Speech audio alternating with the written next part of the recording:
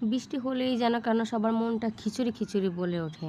তাই আজকে আমিও নিয়ে আসলাম khichdi, one of the my best একটা খাবার।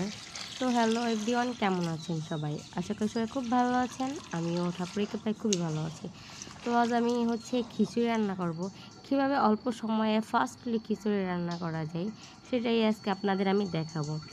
তো ফার্স্টে কি যা কমনলি সবাই করে, ফার্স্টে আমি পোলাও চাল নিয়েছিলাম, সাথে ডাউল এটা সুন্দর করে ধুয়ে নিয়েছি। ধুয়ে নেওয়ার পরে টমেটো কুচি, আদা কুচি, তারপরে পেঁয়াজ কুচি, রসুন কুচি সব কিছু একবারে দিয়ে নিতে হবে। গরম মশলা, দারচিনি, তেজপাতা, আলু সব কিছু একসাথে আমি দিয়ে নিয়েছি, কারণ এত সময় নাই, খুব সময়ের মধ্যে অল্প সময়ের মধ্যে রান্না করতে হবে। তারপরে পরিমাণ মতো লবণ, হলুদ, কিছুটা মরিচের গুঁড়াও মেবি দিয়েছিলাম।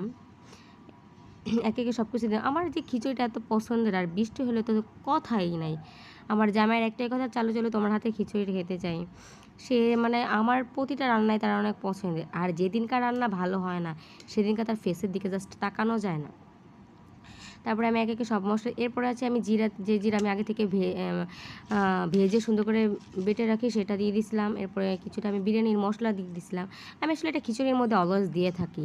তারপরে কাঁচা লঙ্কা সুন্দর মতো কয়েকটা চিড়ে দিয়েছি আর কি, বেশি না, আমরা ঝাল খুব বেশি খাই না।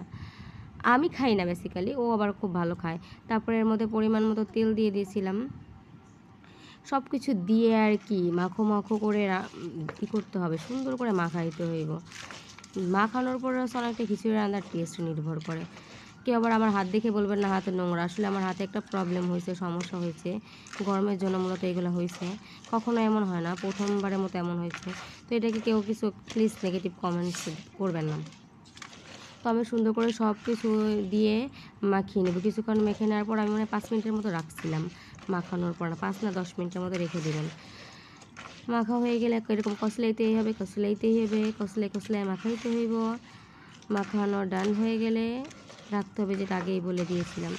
খিচুড়ি রান্না একদম ইজি ব্যাপার আমি মনে করি, আর আমি তো একদমই শর্টকাটে রান্না করি, কারণ আমি রাইস কুকারে খিচুড়ি রান্না করি।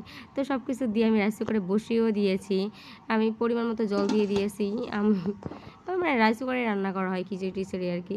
তো তারপর ঢাকনা দিয়ে এটা ঢেকে রেখেছি, আর বেশিক্ষণ লাগবো না। সব কিছু দিয়ে রেডি আমার